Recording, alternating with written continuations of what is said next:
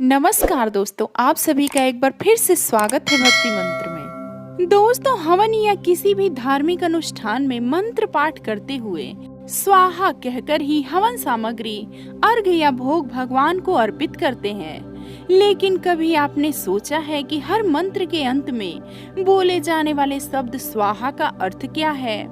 दरअसल कोई भी यज्ञ तब तक सफल नहीं माना जाता है जब तक कि हवन का ग्रहण देवता न कर लें। लेकिन देवता ऐसा ग्रहण तभी कर सकते हैं जबकि अग्नि के द्वारा स्वाहा के माध्यम से अर्पण किया जाए।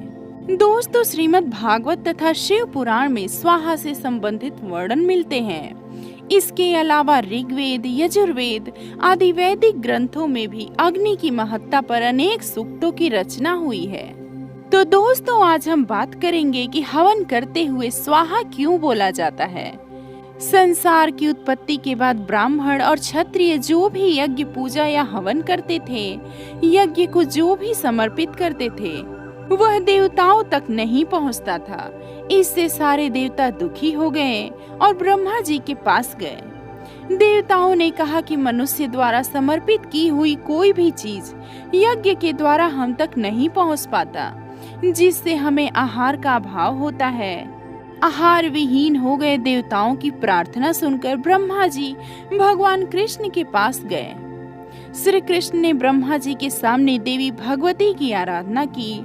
श्री कृष्ण की आराधना से देवी भगवती, या जिन्हें मूल प्रकृति भी कहा जाता है, जिनसे सारी प्रकृति की उत्पत्ति होती है, वो प्रकट हुई। भगवान कृष्ण ने देवताओं की समस्या देवी के सामने कही और देवी से प्रार्थना की, इसका कोई उपाय बताएं। उस समय देवी भगवती ने अपने शरीर से अपने ही समान एक अद्भुत और रहस्यमयी देवी को प्रकट किया, जिनका नाम उन्होंने ब्रह्मा और देवताओं के सामने देवी स्वाहा कहा। उन्होंने कहा कि यह देवी आज से स्वाहा नाम से पूजी जाएंगी। तब ब्रह्मा जी ने कहा कि हे देवी, आप अग्नि की दाहिका शक्ति हो जाइए। दाहिका शक्ति यानी कि दहन करने की शक्ति। आपकी शक्ति से अग्निदेव सारे हवन के द्रव्य का दहन करने में समर्थ हो जाएंगे। आप अग्नि की धर्म पत्नी बन जाएं। जो भी मनुष्य मंत्र के अंत में आपके नाम का स्वाहा का उच्चारण करेगा, उस समय आपकी शक्ति से अग्नि उसे जलाने में सक्षम हो जाएगी। संपूर्ण जगत के कल्याण के लिए और देवताओं और मानव के संतुलन बनाए रखने के लिए आपका अग्निदेव की शक्ति बनना जरूरी है, जिससे अग्निदेव में अर्पित किए हुए पदार्थों को भस्म करने की शक्ति होगी और देवताओं को वो आहार के रूप में मिल सकेगा, जिससे देवता मनुष्य की सारी इच्छा और सारी जरूरतों को पूरा करेंगे। इस तरह से जगत का कार्य बिना किसी रुकावट के चलता रहेगा। स्वाहा देवी पार्वती का ही एक रूप है।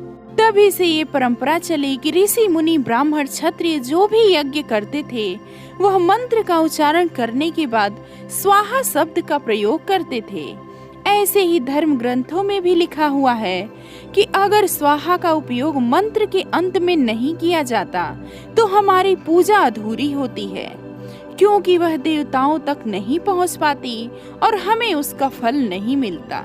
दोस्तों, अगर हम वैज्ञानिक दृष्टि से देखें तो जब हम स्वाहा बोलते हैं, उसके बाद गहरी सांस लेते हैं, जिससे हमारे शरीर में ऑक्सीजन की मात्रा भरपूर जाती है, तो स्वाहा बोलने के पीछे एक ये भी रीजन है। तो दोस्तों, मैं उम्मीद करती हूँ ये जानकारी आपको जरूर पसंद आई होगी। आप अपने विचार कमेंट में जरूर बताएं। अगर आपने मेरे चैनल को अभी तक सब्सक्राइब नहीं किया है तो अभी कर लें। साथ ही बेल आइकन को प्रेस करना बिल्कुल भी ना भूलें। मिलते हैं कुछ और ऐसी ही रोचक जानकारी के साथ। तब तक के लिए राधे राधे।